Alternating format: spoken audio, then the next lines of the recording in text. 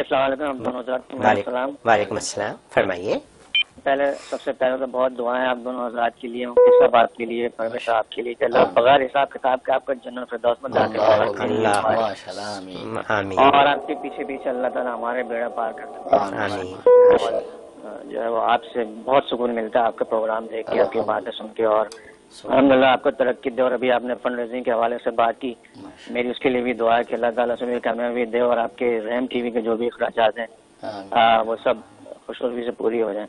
میرا ایک سوال تھا، میری والدہ کے متعلق. ان کے جوڑوں میں کافی عرصے سے درد رہتا ہے، پیروں میں، گھٹنوں میں، اور ان کے بازو میں درد ہے. خاص طور پہ الٹے بازو میں ان کا ہاتھ صحیح مڑتا نہیں ہے.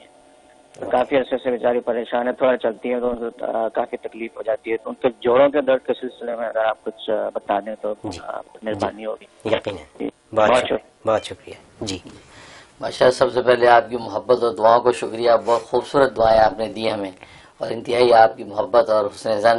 اللہ تعالی ہمیں جو ہے اسی دین کی اشاعت میں لگائے رکھے، اور اس کو ہمارے لیے صدقہ جاریہ بنائے، اور آپ حضرات کو بھی پورا اس کا فیض پہنچتا رہے.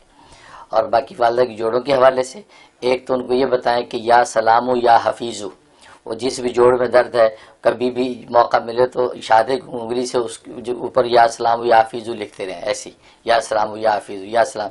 تو جس جوڑ پہ موقع ہو تو وہاں پہ یا سلام یا حفیظو موقع بموقع لکھتے رہیں. ایک تو یہ کام کریں. اور دوسرا سورۃ علم نشرح، سورۃ علم نشرح 17 مرتبہ زیتون کے تیل پہ دم کرنا ہے، اور زیتون کے تیل کی چھوٹی ٹی اسپون کے آدھی چمچ دم کر کے وہ چاٹ لینا ہے. یہ روزانہ کرنا ہے. 41 ڈیز آپ نے یہ زیتون کا تیل چاٹنا دم کر کے، اور 71 ڈیز یا سلام یا حفیظ لکھنے کا وہ شغل کرنا ہے.